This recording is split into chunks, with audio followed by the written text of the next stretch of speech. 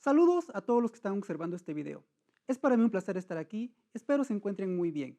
Mi nombre es Gregorio Aguilar Latelpa. En esta ocasión vamos a ver un tema de la disciplina de biología, el cual es reproducción celular. Este tema está enfocado en el proceso de enseñanza de meiosis y mitosis. De seguro estás relacionado con estos términos o los has escuchado en alguna de tus clases de nivel secundaria. ¿Te has preguntado cómo crece tu cuerpo? ¿Cómo crecen las plantas y los animales? Cuando te haces una herida, ¿cómo se vuelve a regenerar la piel? ¿Cómo se transmite las características físicas entre cada especie? Es decir, ¿cómo es posible que nos parezcamos a nuestros padres o a nuestros abuelos? La respuesta a todas estas preguntas está relacionado con el tema de reproducción celular. Para empezar, te voy a pedir que tengas a la mano un lápiz o un lapicero y una libreta con la finalidad de que apuntes los conceptos que iremos viendo. De esta forma, los podrás consultar en el momento que los necesites. Ojalá ya tengas tu material. Comenzamos. Primeramente, voy a definir qué es una célula. De acuerdo a la Real Academia Española, una célula es la unidad fundamental de los seres vivos, generalmente de tamaño microscópico, capaz de reproducirse independientemente, está formada por un citoplasma y un núcleo rodeado por una membrana. De esta definición, lo que más nos interesa es la parte donde dice que es capaz de reproducirse independientemente. Esto quiere decir que a partir de una célula se pueden formar muchas nuevas células. Estas células forman tejidos, los tejidos órganos, los órganos sistemas. También las células transportan oxígeno, absorben nutrientes y transmiten mensajes eléctricos a todo el cuerpo a través del sistema nervioso. También son las responsables de nuestro crecimiento y desarrollo. Como sabemos, existen dos tipos de células, las eucariotas y las procariotas. Las células eucariotas se van a reproducir por medio de dos métodos, por meiosis y mitosis. Y las células procariotas se van a reproducir por un método llamado fisión binaria, el cual no vamos a abordar en esta clase. Para la información genética para crear un nuevo individuo se encuentra en el ADN. Este se encuentra en el núcleo de las células eucariotas. El proceso de reproducción por mitosis lo van a ocupar unas células llamadas somáticas. Y el proceso de reproducción por meiosis lo van a ocupar unas células llamadas de línea germinal. Pero, ¿qué son las células somáticas y qué son las células de línea germinal? Bueno, primeramente, las células de línea germinal son aquellas responsables de la reproducción celular, de la reproducción sexual. Como en este caso tenemos a los espermatozoides y a los óvulos. Estas son células haploides. Y cuando combinamos una célula, un espermatozoide y un óvulo, se realiza la fecundación. Esto quiere decir que combinan su material genético y se crea una célula diploide, un cromosoma de cada progenitor. A partir de esa célula fecundada, por medio del proceso de mitosis, se crean las células somáticas. Estas constituyen la mayor parte del cuerpo de un organismo multicelular. Como ejemplo, tenemos a las células del tejido óseo, del tejido muscular, la sangre y demás tejidos. También continuaremos con lo que es una célula. Continuaremos diciendo qué es la división celular. La división celular es el proceso a través del cual, a partir de una célula, se van a crear dos células, como podemos observar en la imagen. Este proceso se da en todos los seres vivos y tiene el objetivo de perpetuar la especie, de hacer que los organismos crezcan, de regenerar tejidos y de reproducir seres pluricelulares. Como ya les había mencionado, la célula es la unidad básica de los seres vivos y al igual que los seres vivos, esta nace, crece, se desarrolla, se reproduce y muere o permite que se vuelva a iniciar el ciclo. La reproducción celular se da con normalidad durante la juventud de los organismos. Con el tiempo tendemos a envejecer y la reproducción celular deja de ser eficiente. Por ejemplo, si un adulto mayor y un joven se hacen una herida, lo normal es que la herida del joven sane más rápidamente. Para adentrarnos en el tema, es adecuado entender cuál es el ciclo de reproducción de la célula, ya que el proceso de meiosis y mitosis es relativamente corto. La mayor parte de la vida de la célula realiza funciones de nutrición, es decir, se alimenta para crear estructuras y demás funciones vitales. También realiza funciones de relación, que quiere decir que recibe mensajes del medio donde se encuentra y responde adecuadamente. Como vemos en este diagrama, tenemos en el círculo externo una I y una M. La I representa la interfase y la M representa la meiosis o la mitosis respectivamente. Juntas representan la vida de la célula.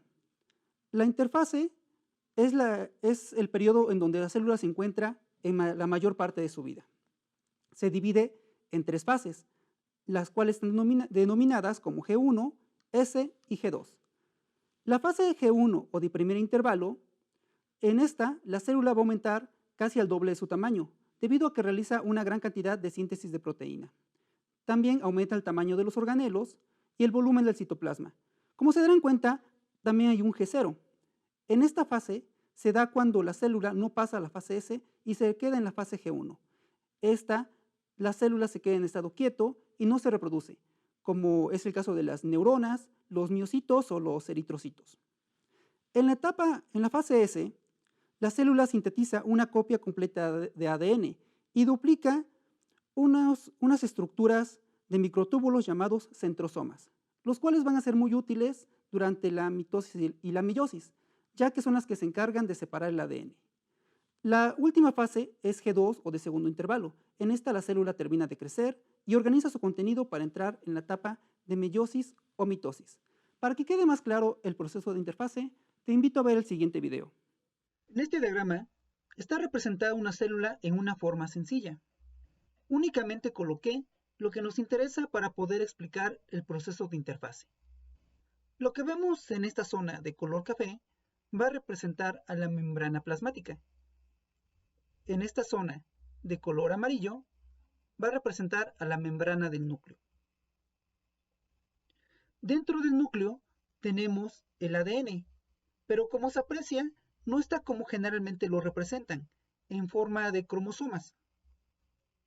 Se ve que están completamente desenrollados. El ADN, cuando se encuentra sin condensar, es decir, están desenrollados, se les llama cromatina. Si tratáramos de ver la cromatina en un microscopio común de laboratorio, sería muy difícil de ver. Pero cuando se condensan en forma de cromosoma, es posible verlos. Esta bolita azul va a representar al centrosoma. Este organelo va a ser muy importante en la etapa de división celular, debido a que se va a formar otro centrosoma.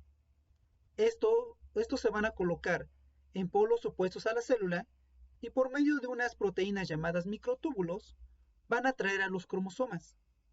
Pero esto lo vamos a ver más a detalle más adelante.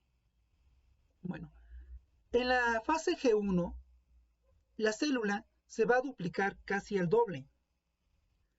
Igualmente, sus organelos y el citoplasma también se va a aumentar de tamaño. La fase G1 puede durar días, años, e incluso hay células que se quedan en esta fase, como es el caso de las neuronas, que estas ya no se reproducen. Después de que la célula creció lo suficiente, los cromosomas van a duplicar su información. Pero como vemos en este dibujo, nos encontramos aquí a un cromosoma. Este cromosoma pareciera que se convirtió en 2 cromosomas, pero no es así.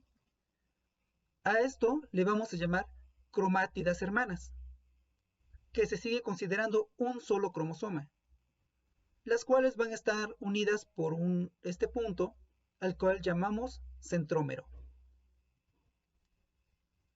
Mientras se realizó la duplicación de material genético, también el centrosoma se duplicó. A todo este proceso le llamamos la fase S. Por último, nos encontramos en la fase G2. En esta fase, la célula sigue creciendo lo suficiente para poder entrar en la fase de meiosis o de mitosis. Y se reconoce la terminación de la fase G2 porque los cromosomas ya se han condensado y son observables en el microscopio. Espero que haya quedado claro el proceso de interfase. Antes de continuar con el proceso de meiosis o mitosis, les voy a recordar que es una célula haploide y que es una célula diploide. Cada organismo tiene un número característico de cromosomas dependiendo de su especie. Por ejemplo, los mosquitos tienen 6 cromosomas en sus células somáticas. El maíz tiene 20, un gato tiene 38, los humanos tenemos 46 y una papa también tiene 46.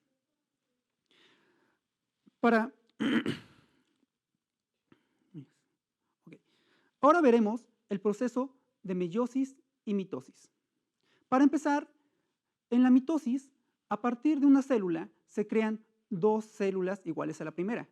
Y en la meiosis, a partir de una célula, se crean 4 células, pero estas 4 células van a tener la mitad de la carga genética de la primera. Como vemos en el diagrama de mitosis, la célula madre es diploide, o 2N, y al término del proceso de división se generan 2 células también diploides iguales a la primera. En el diagrama de meiosis observamos que tenemos una célula también diploide, al igual que en mitosis, y al término de la división celular se crearon 4 células haploides, con la mitad de la carga genética de la primera. Esta es una forma rápida de explicar el proceso de meiosis y mitosis, pero vamos a profundizar aún más. Vamos a introducir 2 nuevos términos, el cual es cariocinesis y citocinesis. Para recordar la etapa de la cariocinesis, podemos ocupar la siguiente oración.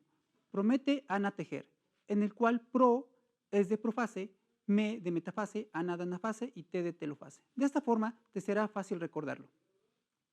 Ahora vamos a ver el proceso de mitosis. Recordemos que este se da después de la interfase, se realiza solamente en células eucariotas, se realiza en el núcleo y se puede dar tanto en seres unicelulares como pluricelulares. Veamos ahora un video sobre mitosis. En este gráfico se encuentra representado el proceso de mitosis. Al inicio tenemos a una célula que se encuentra en la etapa de interfase. Como podemos ver, se encuentra el núcleo, y dentro del núcleo los cromosomas, pero estos siguen en estado de cromatina. También podemos observar a 2 centriolos. Sigue la etapa de profase. Lo que va a pasar en esta etapa es que la cromatina se va a empezar a condensar a tal punto que se van a formar los cromosomas, y al mismo tiempo los centriolos se van a colocar en polos opuestos a la célula. Otra cosa que va a pasar es que la envoltura del núcleo, que se ve aquí, va a empezar a disolverse paulatinamente. Cuando entramos en la etapa de metafase, los cromosomas alcanzan su máxima condensación y forman algo llamado placa ecuatorial, que quiere decir que se alinean en el ecuador de la célula, y los centriolos se unen por medio de microtúbulos a los centrómeros, que ya habíamos visto que los centrómeros son los que unen a las cromátidas hermanas. Ahora, en la etapa de anafase, los microtúbulos jalan a una de las cromátidas hermanas y las jalan hacia los polos, que ahí es donde se encuentran los centriolos. Es importante aclarar que las cromátidas no se separan de forma horizontal, más bien se separan de forma vertical. Por ejemplo, aquí nos encontramos con estas cromátidas hermanas. No se separan esta parte hacia arriba, como pareciera, y esta parte hacia abajo, como pareciera acá, sino que esta parte hacia arriba y esta parte hacia abajo. Otro ejemplo, esta parte hacia abajo y esta parte hacia arriba. Bueno, ahora nos encontramos en la etapa de telofase, que sería lo contrario de la profase. En la profase, la envoltura del núcleo se empezó a disolver. En la telofase, la envoltura del núcleo se forma. En la profase, se condensa la cromatina. Y en la telofase, los cromosomas se descondensan. En este momento, está acabando la cariocinesis y empieza la citocinesis. Es por eso que vemos que la célula se empieza a estrangular. Aclaro que en este ejemplo estamos hablando de una célula animal. Por eso es que la división es centrípeta, de afuera hacia adentro. Otra cosa importante de aclarar es que en este caso nos encontramos con una célula diploide y sus hijas igualmente van a ser células diploides. Ahora vamos a ver el proceso de meiosis. Para el proceso de meiosis, la célula también pasa por la etapa de interfase y por la cariocinesis, profase, anafase, metafase y telofase, pero 2 veces. Esto quiere decir que se va a dividir en profase 1, metafase 1, anafase 1 y telofase 1. Esta parte se va a llamar meiosis 1 o fase reduccional.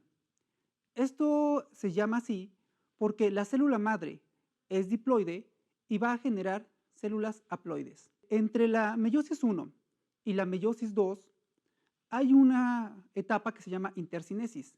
En esta etapa, la célula va a crecer, va a duplicar sus centrosomas, pero no aumenta su cantidad de ADN. La otra división es la de profase 2, metafase 2, anafase 2 y telofase 2, la cual se llama meiosis 2 o fase ecuacional. Se llama así porque las células madre son haploides y sus células hijas también van a ser haploides. Veamos un video que explica el proceso de meiosis. Se puede apreciar el proceso de meiosis. Está dividido en 2 áreas, la meiosis 1 y la meiosis 2. La meiosis 1 también se conoce como fase reductiva. La razón es que las células hijas terminan con la mitad del material genético de la célula madre. Y las fases son semejantes al proceso de mitosis. De inicio vemos cómo tenemos a la célula en su proceso de interfase, en el cual ya está preparada para entrar al proceso de meiosis. Vemos en la profase 1 que los cromosomas ya están condensados y se formaron en pares.